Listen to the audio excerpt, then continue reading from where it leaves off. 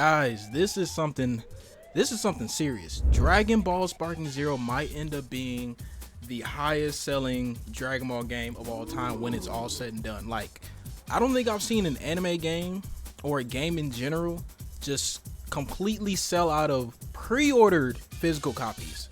If you guys want a physical copy of Dragon Ball Sparking Zero and you did not pre-order it at all yet, then you're out of luck. You're shit out of luck, guys. Physical copies of the standard, of the deluxe, of the ultimate premium collector's edition, which is what I have. If you guys watched my last video, I unfortunately had to keep my collector's edition, but now that I'm hearing that physical copies across the board are just completely sold out, looks like I'm keeping my collector's edition. For an anime game to do that is just insane. I don't think I've ever seen that happen before. I don't even think I've seen that happen for big AAA titles or like games like Call of Duty or something like that. I don't think I've ever seen any of those games ever just run out of physical copies before for pre-orders. We're not talking about, oh, it's been out in the ether, it's been out in the world for years, and then eventually, the physical copies might disappear if there weren't a lot made. But no, the pre-ordered physical copies are sold out. Of course, they could probably make more in the future when the game releases.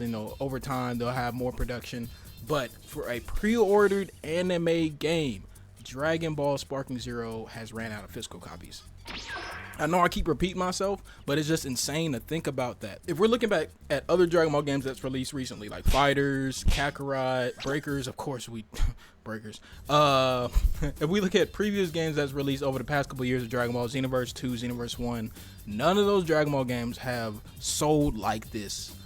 And it makes sense. I've been telling my friends, I've been telling my family that have been interested in this game, like, this Dragon Ball game, Sparking Zero, the Tenkaichi series, Sparking series, this game is a lot of people's childhoods. I'm a part of that group that actually grew up with the Tenkaichi series, and a lot of people, I'm gonna be honest, I'm one of the very few, well, I want to say very few, but there's a lot of people that probably dropped playing video games, dropped playing anime games years ago. But the fact that this game brings them nostalgia from previous Sparking games, Tenkaichi 3, 2, 1, or whatever, it's actually bringing them back to playing video games or playing anime games specifically for Sparking Zero. And that in itself, if you're bringing people back from 15 plus, 10 plus years ago to come back to playing a video game that they grew up playing as a kid, that in itself is telling you like how big this game is. And I mean, sales wise, we're seeing it. I'm gonna go through all the tweets and stuff here in a second, but like, I'm just speaking of like off the dome, like how I feel and like the experiences people are having with this game. So not only are the PS2, PS3 era of Dragon Ball game players or Dragon Ball game fans are buying this game, but the newer people that hopped on PS4, Xbox One, the people that played Xenoverse 2, Kakarot, there's a lot of people out there that might have been their very first Dragon Ball game, and they're now just experiencing their very first Sparking series game with Sparking Zero. Guys, this is history. Akira Toriyama, rest in peace, Akira Toriyama. Like, I'm sure he'd be very proud, and I'm sure he's looking down from the sky like, man, I did that shit. So now I'm gonna go ahead and look at some posts that people have been saying about this. I know I can get a little all over the place sometimes, but I'm still gonna be giving my thoughts on why I think this is happening and why this game is selling so well. For you Dragon Ball haters out there,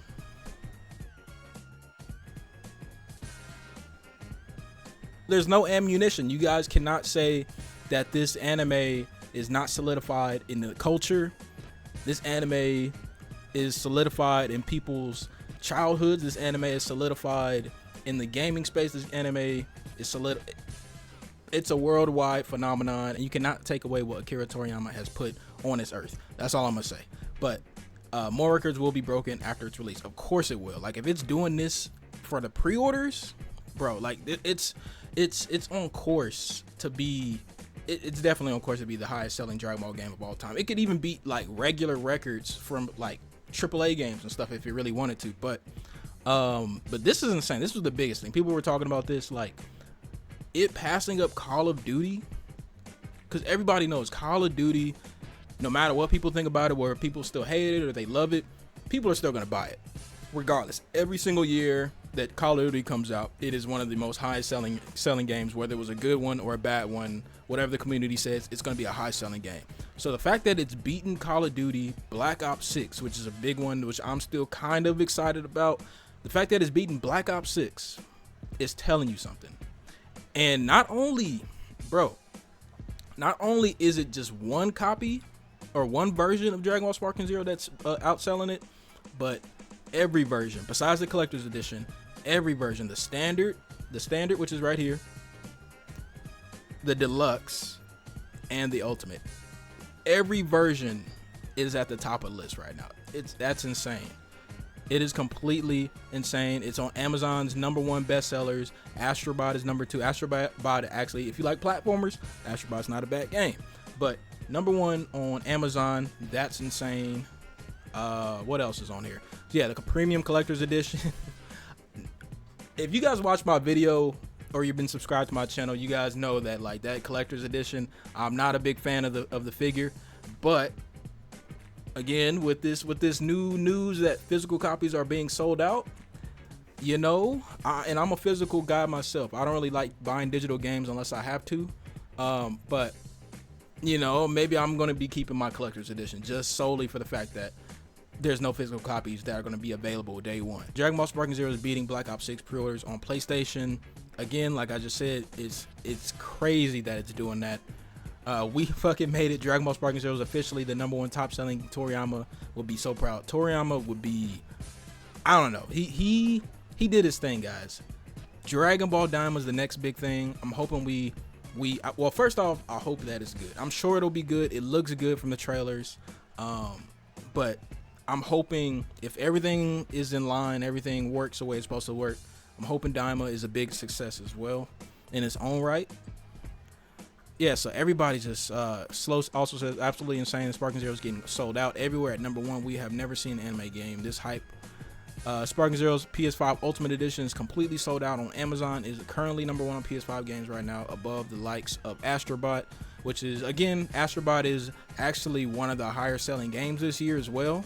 It's a AAA platformer from PlayStation. Dragon Ball fans have waited 17 years for this moment. Not one, but 3 versions of Sparking Zero are beating out Call of Duty Black Ops 6. Also interesting to note that the Deluxe Edition with 3 days early access is beating out the Standard Edition, meaning that people are excited and they want to buy, or they want to play the game as soon as possible. Sure, people are buying a Standard Edition, but the fact that the Deluxe Edition is doing better than the Standard, that tells you people want to play this fucking game when it comes out. Like, it's that simple. But guys, man, guys, this is crazy. Like, just to be a part of this history, like to see this like unfold like this is just completely insane. What do you guys think about this, guys? Like, I feel bad for the people that are gonna find out later that they can't buy it physical. Those are gonna be the people that probably are a little out of tune. Maybe they don't get online a lot, or maybe they don't know. There's some people that may not even know this game has been a thing. I don't know. They might have been living under a rock, and then they find out later, like, oh, this is a thing, and then they come to find out they can't buy it physically. But like, I feel bad for them, but at the same time, this is amazing. This is a great thing. This selling so well could also mean Bandai, Spike Chunsoft, if they want to do the right thing, they could put more money into this game. They could upgrade it over time. They could add more things that they probably thought they would add. Maybe making a Sparking Zero 2 in the future, depending on how long they decide to have this game last. I don't know. Who knows? I don't know. This game could be just as long as Xenoverse 2 if they don't make a sequel. Who knows? There's so many things they could do with this, with it selling so well. Bandai loves money, so they're gonna do something with it. They're gonna see, like, oh, either we're gonna get some more money out of this by more DLC or a longer DLC, more season passes, all that, or they're gonna make a sequel and go from there. Who knows? But whatever route they decide to go, if it's a Dragon Ball game that looks like Sparking Zero, there's not much that can be wrong, right? So I also have a list of like previous Dragon Ball games that's released the past couple years, like everything that, like all the units they've sold. I couldn't find something that showed all of the sales as far as like money wise, but as far as the units, I've got the data here. So the last game to come out, Dragon Ball The Breakers, you know, that was a dud. It only sold 109,000 copies. You know, a lot of people didn't like it. A lot of people tried it out. You know, it just didn't stick, and I think it's kind of dying out, or if it's not already dead now, it's dying out. Dragon Ball Z Kakarot, this was actually a pretty big seller for an anime game before its release. This was 6 million copies. I don't know when they updated this recently, but in total right now, this is just an estimated number, 6 million copies, which is actually a pretty good number for an anime game. What is this? This is a million. No, this is a billion. 1,260,000,000,000 yen. I don't know what that translates into for USD. I don't feel like doing that right now, but if you know, or if you want to translate that and convert that, let me know in the comments. Super Dragon Ball Heroes World Mission, which was super underrated in my opinion. This outsold Dragon Ball The Breakers, which is surprising to me. 260,000. Cool. It could have done better. It should have done better. If you've been around on my channel, you guys know I played this at some point. Dragon Ball Fighters. That's weird that World Mission came after. No, World Mission came before Fighters, so that's weird. But Dragon Ball Fighters was another big seller, 10 million copies. Dragon Ball Fighters was a big success. 1,250,000,000 yen, and then it translates into, or converts into, 800 million USD. So that was a really huge seller for an anime game. For an anime game, that is a lot of money. Well, for games in general, it's still a pretty big selling amount of copies.